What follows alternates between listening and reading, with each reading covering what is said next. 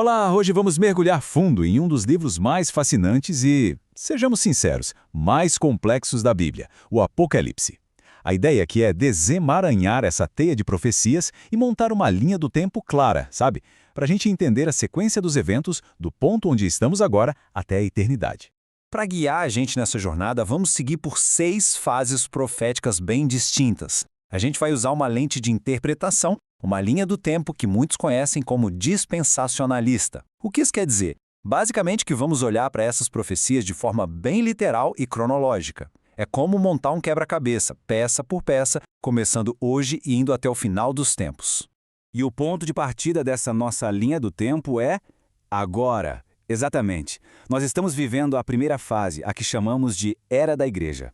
E tudo começa com uma visão impactante de Cristo e recados muito diretos para suas igrejas aqui na Terra. Pensa só na cena. O apóstolo João, exilado, de repente tem essa visão. É de tirar o fôlego. Ele vê Jesus Cristo, mas não como o carpinteiro da Galileia. Ele o vê glorificado, majestoso, andando no meio de 7 candelabros de ouro, que a gente entende, são as igrejas, e segurando 7 estrelas, os líderes dessas igrejas. É uma imagem de poder e soberania total. E aí vem a declaração que ancora tudo o que vai acontecer. Cristo diz, não temas, eu sou o primeiro e o último. Isso é muito mais que uma apresentação, é a afirmação da sua autoridade absoluta. Ele está dizendo, o que será dito a partir de agora vem daquele que esteve no início de tudo e estará no fim. Isso dá um peso, né? É a garantia da origem divina de toda a profecia. Então, nos capítulos 2 e 3, temos o que são, na prática, cartas. Cartas diretas para 7 igrejas que existiram de verdade na Ásia Menor. Mas a leitura aqui vai além. Dentro dessa linha de interpretação, essas cartas são também um espelho profético. Cada uma reflete um período, uma condição, um desafio que a igreja como um todo enfrentaria ao longo dos séculos. É como um mapa da história da igreja. Ok, e agora a coisa muda completamente de figura. A câmera, por assim dizer, sai da terra e aponta para o céu. A gente entra na fase 2, e esse é um ponto de virada, um evento de transição que muda tudo. Ouve só esse comando que João escuta. Sobe cá. Essa pequena frase é gigantesca em significado. Para a teologia pré-tribulacionista, esse é o momento chave, é a figura do arrebatamento. É o chamado para a igreja sair da terra, subir ao encontro de Cristo, pouco antes de um período terrível de julgamento começar. E a partir daqui, olha que interessante, a palavra igreja não aparece mais em referência a quem está na terra até quase o final do livro. Por quê? Porque segundo essa linha do tempo, a igreja já não está mais aqui. Ela está no céu, glorificada, representada por aqueles 24 anciãos que vemos adorando diante do trono de Deus. E lá no céu, o drama continua. A grande questão é, quem é digno de abrir um rolo, um livro selado com 7 selos? E a resposta é que só um é digno, o Cordeiro que foi morto, Jesus Cristo. E ao pegar esse livro, ele dá início a tudo o que vai acontecer na terra a seguir. Então, com a igreja em segurança no céu, aqui na terra começa um período sombrio. Um período de 7 anos de tribulação, como o mundo nunca viu. É o que a profecia chama de a 70ª semana de Daniel. E o que acontece nesses 7 anos? Bem, o livro descreve 3 séries de juízos divinos, uma depois da outra, e cada uma mais intensa que a anterior. Primeiro, os 7 selos, depois as 7 trombetas e, por fim, as 7 taças da ira de Deus. É uma escalada de eventos sobre um mundo que basicamente rejeitou a Deus. A coisa já começa pesada. Quando o Cordeiro abre os primeiros selos, surgem os famosos 4 cavaleiros do Apocalipse. Eles trazem conquista, guerra, fome, morte.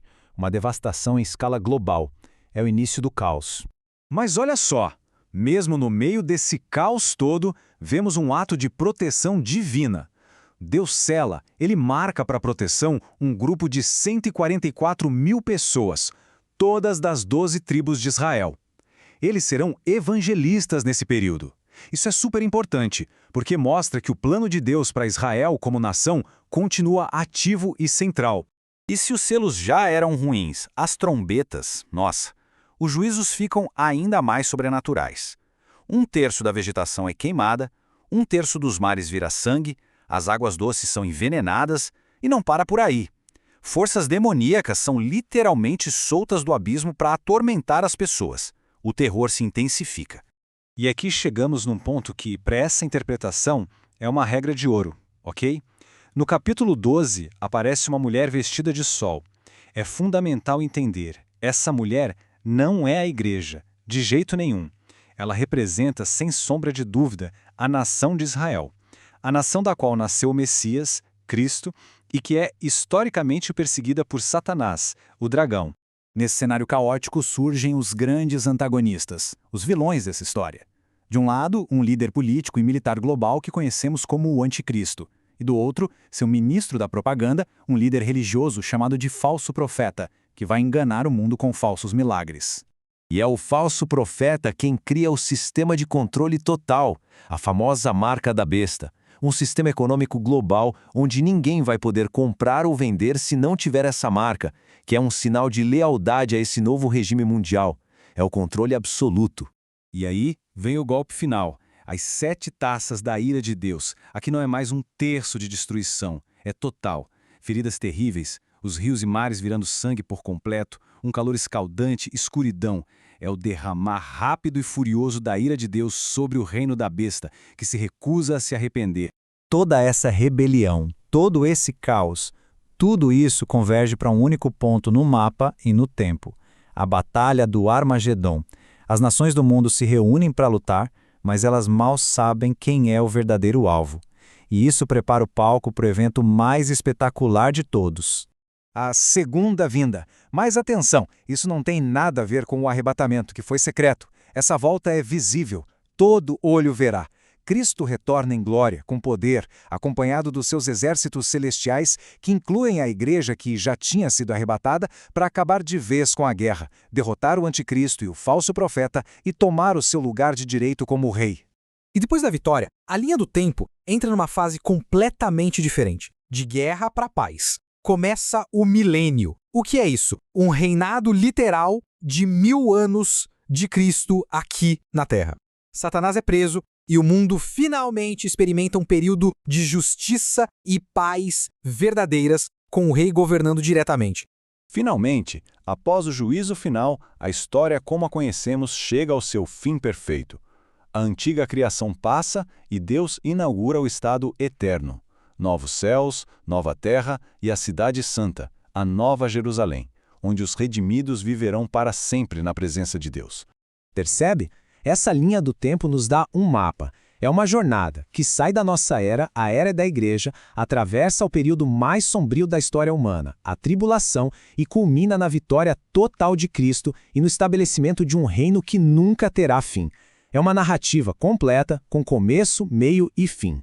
Então, depois de percorrer toda essa jornada profética, do primeiro capítulo até o último, ficamos com uma grande reflexão, não é?